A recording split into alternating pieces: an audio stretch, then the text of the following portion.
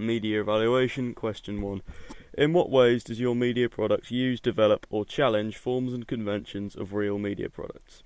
Okay, to properly answer this, I'm going to need to first show you the examples of the media that I've taken inspiration from, and the magazine conventions I've both emulated and challenged. The first obvious convention is a masthead. Now, if we have a look at both NME and Wire, we can see that their mastheads have a very simple minimalistic approach. It's got thick sans serif font, like block colour backgrounds, and both of these things are used as part of a house style that's carried throughout both of the magazines.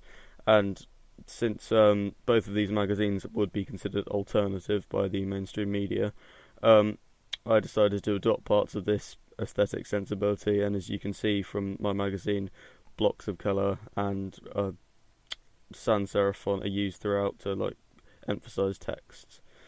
And yeah, this is the first and most obvious of the conventions that I've used.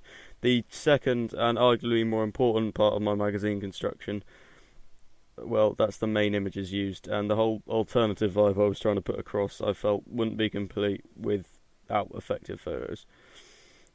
And that was what I tried to accomplish with my photo shoot. If you examine these front covers, the ones that I'm putting up on the screen now, of each of the images has a distinctive style. And if we take a look at my own front cover, we can see the direct influence. Yeah, here's an NME cover just for comparison, and here's my own. But on the flip side to this, probably one of the most obvious ways in which my front cover does not adhere to the conventions is the lack of eye contact between the model and the camera lens. And I decided not to follow this trend, as I felt it would help improve upon the whole alternative ethos I was trying to put across with my aesthetics. And yeah, basically the idea that my product wasn't following the mainstream choices one would take when creating a front cover. Yeah, I didn't decide to continue this onto the contents page because I thought it would probably be a good idea to base the product somewhat on familiar grounds and conventions, because otherwise it would just look like, well, amateur, I guess you could say.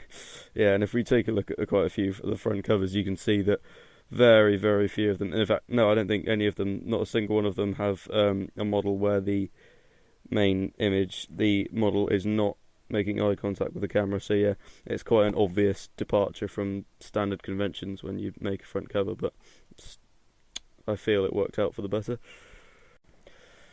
The two most obvious main influences on how I constructed my magazine would be NME and Wire, and that is purely just because of the fact that they have easily recognisable styles and which are fairly easy to replicate, and they are synonymous with what many people would consider the alternative music scene. And yeah, and so I literally just decided to make those aesthetic choices based on the fact that it would be easily identifiable to people who had previous experience with music magazines, which again tied into my target audience of people who are slightly more interested in the music scene and didn't just follow what the main three major labels put out.